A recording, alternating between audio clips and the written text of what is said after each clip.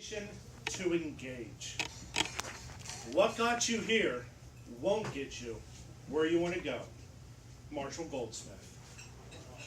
Nestled into the foothills of the Appalachian Mountains in the southwestern corner of Pennsylvania lies the quaint, sleepy little town of Monongahela. Its rolling hills are divided by hollows, natural ravines that both separate and galvanize its rural population. Although it's just 26 miles south of Pittsburgh, it might as well be a world away. There's no subways, shopping malls, highways, or skyline. It only has a handful of traffic lights, meaning you're more likely to find a traffic jam on the river than you are to find one in town. The houses that dot its rolling hills are reminiscent of a better time for the valley, a time when opportunity was as abundant as the sulfur that stains its freshwater creeks orange in the summer. It's the kind of place that begs you to slow down, sit and visit a spell, count the lightning bugs on a warm summer evening, and share a glass of sweet tea with a neighbor. It's the kind of place where families still gather for dinner after church on Sundays, just as they have for generations. It's the kind of place people rarely leave, even though time seems to have left it behind.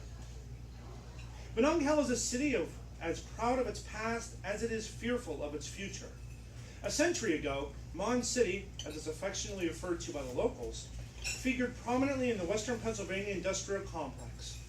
At one time, thick black smoke billowed from the smokestacks of steel mills and coal mines that dotted its riverbanks, obscuring the sun even on the sunniest of days. Its hills were covered with the homes of prefabricated company neighborhoods, cornfields, cow pastures, and apple orchards. Its downtown area was vibrant and animated, alive with possibilities and bristling with activity. In the 1950s, the greater Monongahela area was home to some 10,000 residents. Streetcars shuttled residents between Monongahela and its sister cities of Monessen, Donora, and Charleroi, spreading prosperity and opportunity up and down the valley. Barges shuttled coal, iron ore, and coke to and from Pittsburgh so frequently that the Monongahela River looked like an aquatic highway. But alas, Monongahela's heyday was fleeting. In the early 1960s, as America became oversaturated with steel mills that could no longer compete on an international stage, the valley started a slow march towards irrelevance. Drawn by the lure of a better life, the entire Mon Valley region was originally settled by European immigrants during the First Industrial Revolution. Its inviting riverbanks, rich coal veins, and gently rolling hills made it a perfect place to attract the immigrants needed to build a new America.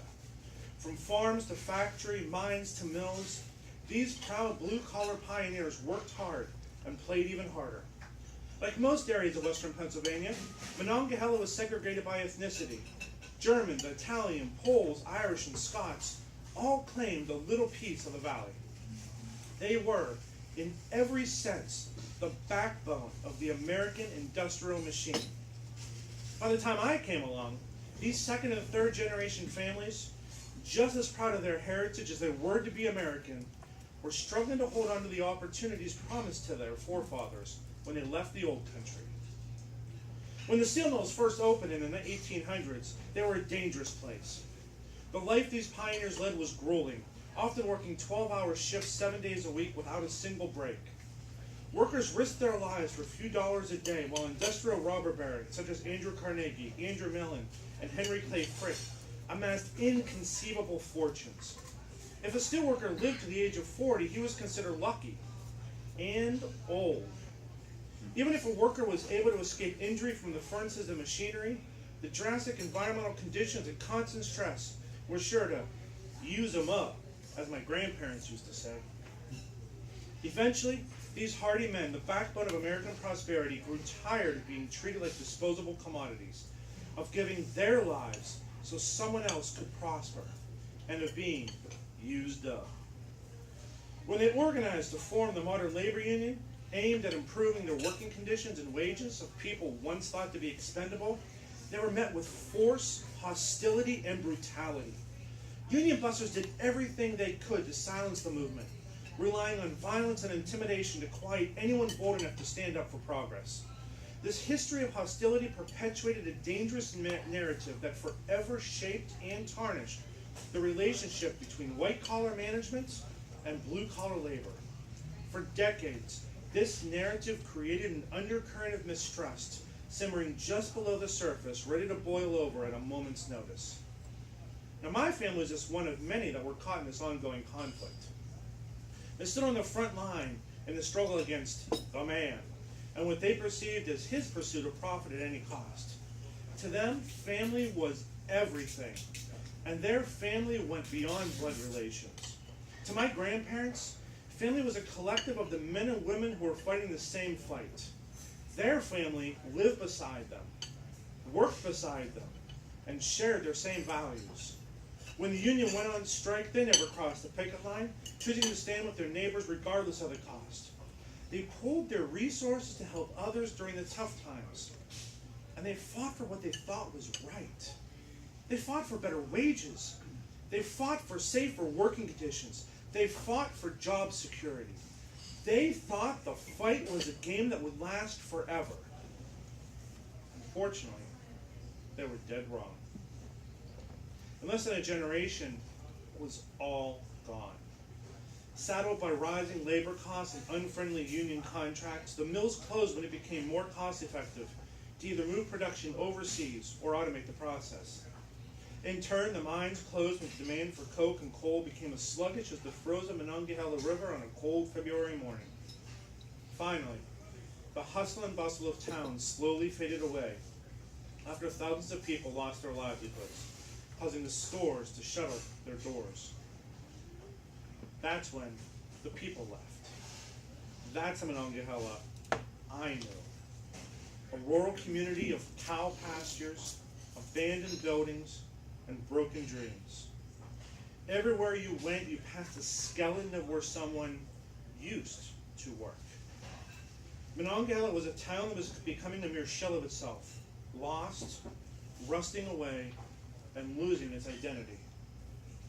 If you look around the Mon Valley today, you'll be struck by three things. First, you'll notice the glaring absence of an entire generation, forced to leave when everything fell apart.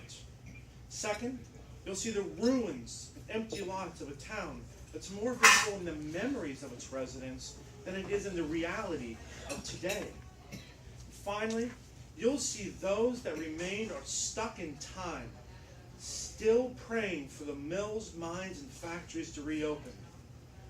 Developed a bitterness towards the white-collar establishment they blamed for the valley's decaying buildings, abandoned factories, and rusting infrastructure. They looked at landmarks like the "Drink Stoney's Beer" advertisement slowly fading on the side of an abandoned building on Route 136. It's more than just a piece of Americana. They took it as a reminder of what was, what could have been, what is. Although they still talk about how they hope the mills will eventually reopen, deep down, I think they know better. With barely 2,000 residents, today's Monongahela is the second smallest city in Pennsylvania. Game over.